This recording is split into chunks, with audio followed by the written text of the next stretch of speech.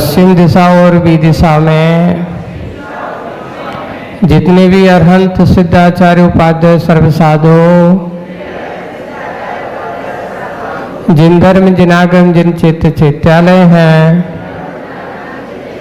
उन सबको मैं मन से वचन से काय से नमोस्तु करता हूँ। उत्तर दिशा की ओर मुड़ जाओ, कायेश्वर करेंगे। उत्तर दिशा और भी दिशा में जितने भी अरहंत सिद्धाचार्य उपाध्याय सर्व साधु, जिन धर्म जिनागम जिन चैत्य चैत्यालय हैं, उन सबको मैं मन से वचन से काय से नमोस्तु करता हूँ। बैठ के नमोस्तु करना है, वहीं के वहीं पर हमारी ओर भगवान की ओर मुख करके बैठना है। लाइन लगी तो बीच में लाइन लगा लेना। पीछे सब एक से साथ ऐसे बैठ रहे हैं, तो कुर्सियां वाले थोड़ी साइड में हो जाओ, पीछे हो जाओ, और लोग बाद में आएंगे। भी कुर्सियां उठा दो वहां से। आज की बात अपन करते हैं। देखो कायेश्वर का अर्थ सही मुद्रा तो ये है, मुनिराजों की जो होती है ना कायेश्वर, बिल्कुल निर्विकल्प हो जाना, यही कायेश्वर का सही स्वरूप है। अब उसमें क्या है कि अपन पदस्थ ध्यान के माध्यम से अपने कायेश्वर का उत्सर्ग कर लेते। जैसे ये क्रियात्मक जो होता है ना, जैसे भक्ति पूजन अर्पण करते हैं, तो इसमें कायेश्वर जो है वो भगवान का पदस्थ ध्यान रूपात्मक होता है ना। और जब मुनिराज या जो प्रतिमा योग या बड़ा ध्यान करते हैं, तो उस समय नवोकार मंत्र का जाप करें, ऐसा कोई जरूरी, बिल्कुल ध्यान शांत होकर के खड़े हो जाना ही सामायिक है, समता भाव है। कायोत्सर्ग वही है। तो कायोत्सर्ग करते हैं 9 बार नवोकार मंत्र गिनने का।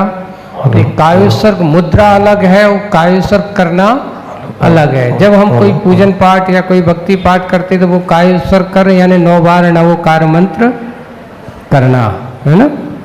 महाराज जी, जो कायोत्सर्ग में जैसे हम लोग सामायिक में बोलते हैं 32 दोष लगते हैं कायोत्सर्ग करने। हाँ, उसमें ये कहा कि अपन कायोत्सर्ग कर रहे हैं, इधर उधर देख रहे हैं, हिल डुल रहे हैं, आपकी मुद्राएं अलग अलग हो रही हैं, तो ये 32 दोष आदि तरह तरह के दोषों को कथन किया। तो बिल्कुल जिस समय हम कायोत्सर्ग करें, हमारी दृष्टि भी इधर उधर नहीं जाना चाहिए, नासा दृष्टि हो, आंखें बंद हो, तब ऐसा ये निर्दोष कायोत्सर्ग होता है। बिल्कुल बड़े बाबा का अतिशय है ये। एक देखो क्षेत्र के तो परमाणु पुण्य परमाणु जो होते ना क्षेत्रों का, उनका प्रभाव इतना होता है कि जहाँ व्यक्ति का मन बिल्कुल रम जाए, उसी का नाम तो अतिशय क्षेत्र है। आने का मन ना हो, एकदम मनोहारी, बिल्कुल मन वहाँ में ही लीन हो जाए, ये क्षेत्र के वहाँ के पुण्य वर्गणाओं का प्रभाव रहता है। जो मन लग जाता तो वहाँ से आने का भाव नहीं होता, ऐसे ही होते हैं। इसलिए कहा गया उसको बहुत अधिक मात्रा में ना करते हुए विशेष अनुष्ठानों में उसको कम मात्रा में, वो एक दिग्बंधना एक क्रिया है, क्रिया को करना। आपके जो पूजन करने में जो गिरते हैं वो गिराना, ये तो अपना क्रिया कर रहे हैं, उसमें गिराने के भाव नहीं होते।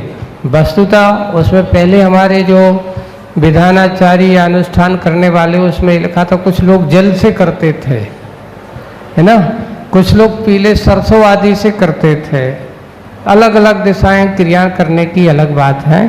तो दिग्बंधना आदि करना है दिशाओं का, वो करते हुए तो उसमें जो करते हैं तो एक अपने थोड़े रूप में, हल के रूप में, लेकिन हम द्रव्य जो चढ़ाते हैं उसमें जो गिरता है तो वो तो दोष लगता है। ये क्रिया का उस समय अनुष्ठान फेंकने के भाव नहीं है, लेकिन यहाँ पर जो एक दिग्बंधना आदि करना वो अलग बात है। उसमें ये है, देखो कुर्वन्तु मे मंगलम, मेरा मंगल हो, है ना, कुर्वन्तु नाहा, हम सबका मंगल हो, कुर्वन्तु ते, तुम्हारा मंगल हो। एक जब अपन किसी के लिए करते ना तो तुम्हारा मंगल, ते यानी तुम्हारा मंगल हो, मे यानी मेरा हो, नाहा हम सबका मंगल हो। जब अपन अकेले में पढ़ते तो कुर्वन्तु मे मंगलम कहना चाहिए, है ना। और अगर मान लो आपको किसी के लिए करना है तो तुम्हारा मंगल हो, ऐसी भावना के साथ किसी तो कुर्वन्तु ते, तुम्हारा मंगल हो। और जब हम समूह में काम करते हैं, जैसे अभी कोई अनुष्ठान चल रहा है तो उसमें क्या होता, कुर्वन्तु नाह मंगलम। तो आज अपन क्या, जब कोई सामूहिक है तो तीनों बोल देते हैं, मेरा भी हो कुर्वन्तु में, तेरा यानी तुम्हारा भी हो, और फिर बाद में हम सबका मंगल हो। तो ये सब सामूहिक बातचीत है, ठीक। कि मन तो गुरु चरणों में था पर तन यहाँ था। अब उस समय का अनुभव, उस समय का जो भाव था, उसको आपको हम कैसे बताएं कि कैसे था, लग रहा था। पर इसलिए ही है कि बस गुरु जी की स्मृति में, गुरु जी के स्मरण में पूरा का पूरा समय लगा रहा, और आज भी लगा हुआ है। और अब तो गुरु जी तन से नहीं है पर मन से तो हम सब लोगों के पास हमेशा रहते हैं। ऐसे मत कहें कि गुरु जी नहीं है। आज भी हम लोग मन में यही सोचते हैं कि आचार्य भगवान गुरु जी तन से दूर तो हो गए हैं, पर उनके जो विचार हैं, उनके जो सूत्र हैं, उनका जो कहा हुआ है वो हम लोगों से कभी दूर नहीं है। इसलिए वे हमेशा हम लोगों के पास ही रहते हैं, बस मन में है, मन से ही रहते हैं। बहुत अच्छा ध्यान की यात्रा की है अपन ने। तो उससे अपन ध्यान में जब बैठ के, तो वो ध्यान का ये कि पदस्थ ध्यान है।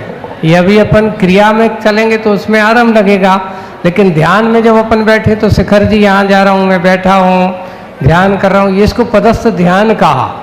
इसमें तुम्हें दोष नहीं लगेगा, चिंता मत करो। सूतक पातक में ये कहा गया कि 3 दिन तक तो मंदिर नहीं जाना चाहिए, शुरू के बाहर से ही दरवाजे से करना चाहिए। यानी मान लो जैसे आज सूतक हुई तो 3 दिन तक तो मंदिर के अंदर यानी मंडप में भी नहीं जाना चाहिए, दरवाजे से ही करना चाहिए। उसके बाद अगर जाना होता तो मंडप में, जैसे अपन यहाँ आंगन है जहाँ अभिषेक होता है, लेकिन जिस समय अभिषेक हो रहा उस समय नहीं जाओगे आप। अभिषेक हो जाने के बाद अगर आप जाते हो तो मंडप तक वहाँ खड़े, फिर भी मंदिर की कोई चीज़ छूना नहीं चाहिए, चिटाई आदि का प्रयोग नहीं करना चाहिए। उस समय आप बिल्कुल एकांत एक साइड बैठ करके अपनी भाव पूजा आदि करना चाहिए। तो 3 दिन के बाद मंदिर के अंदर प्रवेश करने का, चाहे वो सूर्य का हो चाहे सूतक का हो। आचार्य भगवान ने देख लिया था कि अब शरीर की स्थिति वैसी नहीं। समंतबद्ध महाराज उस समय जवान थे, है ना, और जवान होने के कारण से अभी शरीर की ऐसी स्थिति नहीं थी कि समाधि ली जाए। लेकिन वहाँ जब आचार्य भगवान ने देखा और देख करके उनने जान लिया कि अब शरीर की स्थिति ऐसी नहीं है, और आचार्य श्री उम्र देख करके, अपने आप को देख करके उन्होंने कभी ये सोचा ही नहीं, कभी भी हो शरीर की स्थिति देख करके इस प्रकार के निर्णय लिए। आचार्य समंतबद्ध महाराज ने भी अपने मन से नहीं किया, उन्होंने भी अपने गुरु जी के पास जाकर के गुरु जी के कहे अनुसार काम किया था। तो ऐसे हैं आचार्य भगवान अपने आप को स्वयं जानते थे, और उन्होंने भी देख लिया कि अब शरीर की स्थिति अब हमारी उस लायक नहीं रही है। उन्होंने अपने अंतिम समय अपने आप को संभाला, और संभाल करके जो कहा गया जरसी रुजायाम, ऐसा कहा सल्लेखना के कई काल, अगर ऐसा रोग आए जिसका कोई प्रतिकार ना किया जा सके तो भी अपने आप को साधु समता भाव से धारण करके समाधि को स्वीकार करते हैं। पर हमें तो ये लगता है कि हमारे प्रथम गुरु यही थे, अब हम क्या करें? अब होता है कि क्या है, हम तो मोही प्राणी है ना, वो मोही नहीं थे ना, हमें उनसे मोह था, उनको हमसे मोह तो नहीं था। लेकिन आप अपने आप को अच्छे से आस्था की दृष्टि से देखो, गुरुजी हम सबके बीच में ही है, कम से बाहर नहीं है। बहुत अच्छा। चंदा प्रभु भगवान के बारे में तो ये कहा कि भगवान महावीर स्वामी का विप्लाचल पर्वत पर कितनी बार समोसन आया, उसकी संख्या के बारे में कहीं विधान आगम में नहीं मिला। लेकिन विप्लाचल पर से भगवान कई बार, क्योंकि उस समय उनका बिहार क्षेत्र वो ही रहा, और वहाँ आकर के उनकी संख्या निर्धारित नहीं की कितनी बार आया है। चंदा प्रभु भगवान का तो कहा जाता है कितने समय। सुगंध दशमी का पर्व, इसकी कथा अच्छे से पढ़ो।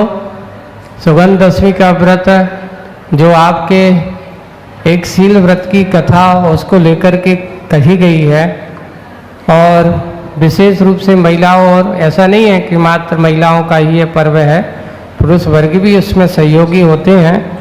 तो अपने आप को इसकी जो किंवदंती कथाएं हैं, इन कथा से जुड़ा हुआ ये पर्व बन गया है। बाकी 10 लक्षण पर्व मुख्य है, बीच में ऐसा प्रसंग बन गया, उसको हम कैसे अच्छे बनाएं, तो अच्छी विशुद्धि भक्ति अपने व्रत संयम के साथ उसको बनाएं।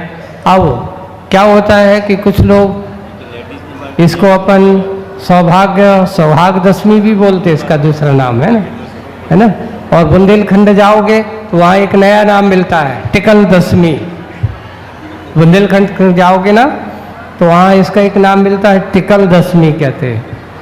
तो ऐसे नाम है, अलग अलग है, क्षेत्रीगत है, अपने अपने हिसाब से लोग मनाते हैं। अच्छी विशुद्धि और भक्ति के साथ मनाना पहला जरूरी है। सबसे अच्छा तो ये है कि माला जब फेरते, देखिए माला फेरने का तरीका ये है, ये उंगली बिल्कुल टच नहीं होना चाहिए। आपकी माला को कैसे पकड़ना, ये रखिए, और ये 2 उंगलियां और अंगूठा माला के साथ चलना चाहिए।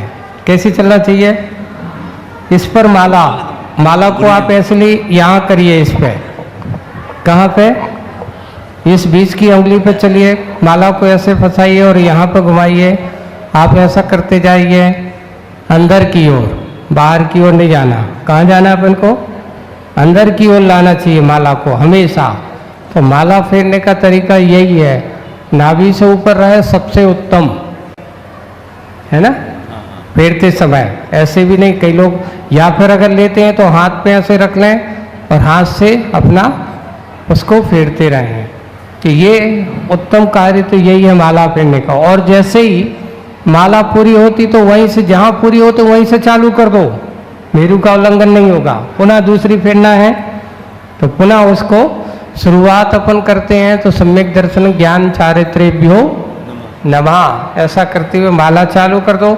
आपको 5 माला फेरना है तो जहाँ पूरी हुई वहीं से पुनः प्रारंभ कर दो, तो उल्लंघन होगा ही नहीं मेरू का आपका। देखिए भगवान महावीर स्वामी को 42 वर्ष की अवस्था में केवल ज्ञान हो गया, और 40 साल का, पूरा 30 साल का, 30 साल का केवली काल रहा है ना। अब 30 साल के केवली काल में राजा श्रेणिक जब उनको अपना सम्यक श्रद्धान मजबूत हो गया, तो ऐसे उसने जाकर के कितनी बार गया होगा। अब ये बात भी ध्यान रखना कि अकेले विपुलाचार्य पे ही पूछे, ऐसा थोड़ी है। भगवान का विहार आस पास और कहीं हुआ होगा, वहाँ पर भी गया होगा। जैसे आप गुरु जी का विहार होते थे तो आप लोग उनके पास पहुँच जाते थे, है ना। कुंडलपुर में ही रहे हमेशा तो ऐसा ही नहीं। ऐसे ही भगवान के विहार में गया होगा, पूछा होगा, और पूछते पूछते एक नहीं कितने, तो अपने यहाँ प्रतिमान योग में लिखा कम से कम 60,000 प्रश्नों का करता होगा, और प्रतिमान योग का निर्माण और भगवान की जिज्ञासा समाधान का उसमें उन्होंने किया है। पानी छानना जैनों का परम कर्तव्य है। क्यों कर्तव्य है? सबसे पहले पानी में बहुत छोटे छोटे जीव होते हैं, है ना। तो पहले तो अहिंसा धर्म के पालन करने, क्योंकि हमारा धर्म कौन सा है? अहिंसा धर्म, है ना। और अहिंसा धर्म के लिए किसी जीव, पानी नहीं छानोगे तो उसके पानी के आश्रित छोटे छोटे जीव होंगे, वे आपके पीने में आएंगे। और जहाँ अगर त्रस जीव आपके पीने में आते तो मांसा, बिना छना पानी पीने से मांसाहार का दोष लगता है। किसका दोष लगता है? अगर जो व्यक्ति बिना छना हुआ पानी पीता है और अगर उसके पीने में आता है तो उसको मांसाहार सेवन का दोष लगता है, क्योंकि 2 इंद्रिय त्रस जीव उसके आश्रित होते हैं।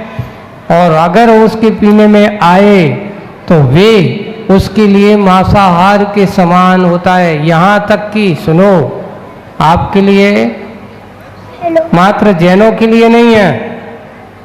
अजैन ग्रंथों में भी वस्त्रपूतम जलम पिबेत ऐसा कहा।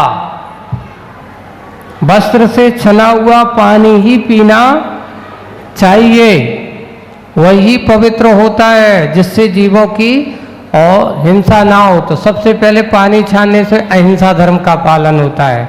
दूसरा, और आरोग्य की दृष्टि से देखा जाए तो बिना छना हुआ पानी पीते हैं तो अनेक प्रकार की बीमारियों का आमंत्रण होता है। इसलिए आपको बीमारी से बचना हो तो कभी भी बिना छना हुआ पानी नहीं पीना चाहिए। बहुत अच्छा प्रश्न किया, छोटी सी बच्ची ने मतलब का प्रश्न था। नमस्ते इसलिए महाराज जी। हमेशा पानी कैसे पीना चाहिए? छान के पीना चाहिए। आपके कर्म अगर अच्छे हैं तो आप नरक दुर्गति में नहीं जाओगे, और अगर आपके कर्म और आपका असंयम संयम भाव नहीं है, आपके अंदर के परिणामों में संकलेशता है, तो आपको नियम से दुर्गति का कारण, वहाँ से निकलने का परिणाम, जब कोई नरक से निकल रहा है तो उस समय उसके भाव पश्चाताप, जब पीड़ा होती तो वहाँ पे भी कहते हैं, हे भगवान यहाँ के दुखों से निकालो, अगली बार अब मैं ऐसा कोई काम नहीं करूँगा जो मुझे पुनः यहाँ पर आना पड़े। तो नरक में वहाँ का पश्चाताप ही उसका वहाँ धर्म ध्यान माना जाता है।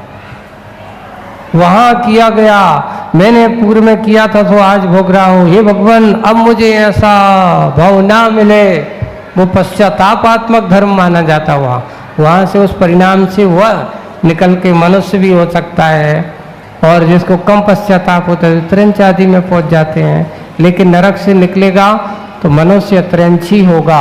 काल वही होगा ऐसा नहीं है, कम से कम नरक में जाएगा तो 10,000 वर्ष तक तो रहना ही पड़ेगा। अभी इसके बारे में कोई करने वाले 5-6 उपास हैं। अब इसके निमित्त जैसे अभी रत्नत्रय आता है, और कुछ लोगों आगे के पंच पर्वी ऐसे पर्वी ऐसा कुछ नाम बताया था। अभी क्या पंच पर्व नहीं है, एक कोई ऐसा वो। परम पूज्य आचार्य गुरुवर श्री विद्यासागर जी महाराज की